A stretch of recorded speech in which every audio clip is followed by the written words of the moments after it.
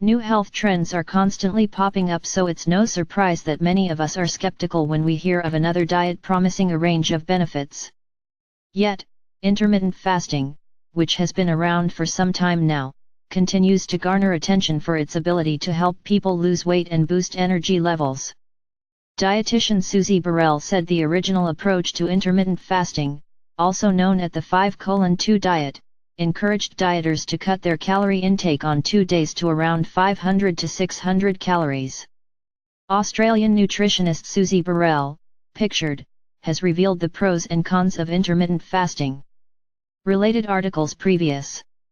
1 next. Parents use IVF in a desperate attempt to create perfect. Why Meghan and Harry should honeymoon in Australia, the top. Exclusive, fit for a princess. Will Meghan Markle choose an?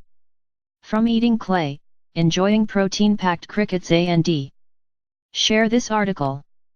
Share script DM.later, bundle, function, if, DM.rotator, new DM.rotator, P20, page size, 1, page count, 1.0, active class, active, rotate, false, $, number P20. Big share, on, click, function, dms.facebook.post top, related. While there are a few individuals who can eat literally nothing for days at a time, most of us are tempted by every type of food that crosses our paths, and the mere thought of dietary restriction is enough to drive our appetites and focus on food, Ms. Burrell said in a blog post. We have known for some time that there are a number of health benefits associated with regular fasting, but the reality is that fasting is often easier said than done, she added. A recent study from the University of Southern California found that consuming a low-calorie diet for 5 days a month could help lower a person's cardiovascular risk factors, including blood pressure and signs of inflammation. Dietitian and author Susie Burrell said fasting is often easier said than done.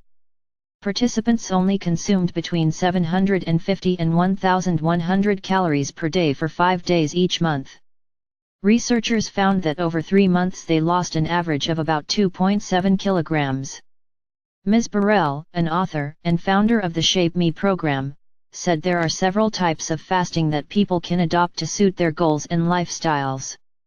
In my clinical experience, there are 3 types of fasting that actually work to support weight loss, if you can remain focused enough to implement them properly, she said. The first is drastically cutting your calories for several days each week, which can be both difficult and dangerous. Cutting your calories for several days each week can be both difficult and dangerous, but new research shows that adopting a low-calorie diet for 5 days a month can help lower a person's cardiovascular risk factors. For it to work, you really need to keep your calories to 500 or less, and most people simply cannot do it, Ms. Burrell said. Most of us tend to get our calories to just 800 or 1000, and this is not a level of restriction that will give you the metabolic benefits more significant calorie restriction will.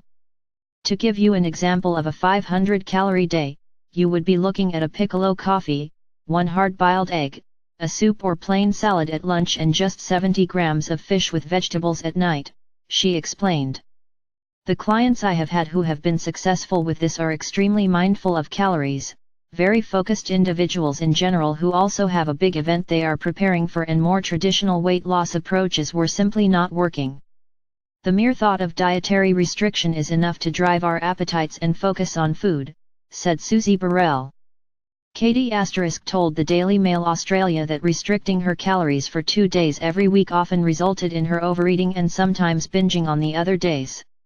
It was very hard to stick to, particularly when I was working and exercising throughout the day as I did it on a Monday and Tuesday after the weekend, she said.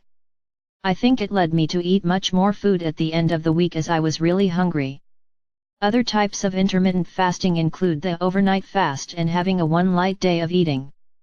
The overnight fast involves not consuming any food for 12 to 14 hours. Ms. Burrell recommends eating an early dinner and waiting until 9 or 10 a.m. to have another meal. Rather than dinner at 8 p.m. and then not eating until 12 p.m. the next day, you will get the best results if you eat dinner by 5 to 6 p.m. and then not eat again until 9 or 10 a.m. in the morning, so you can still reap the metabolic benefits of consuming calories in the first half of the day, Ms. Burrell said.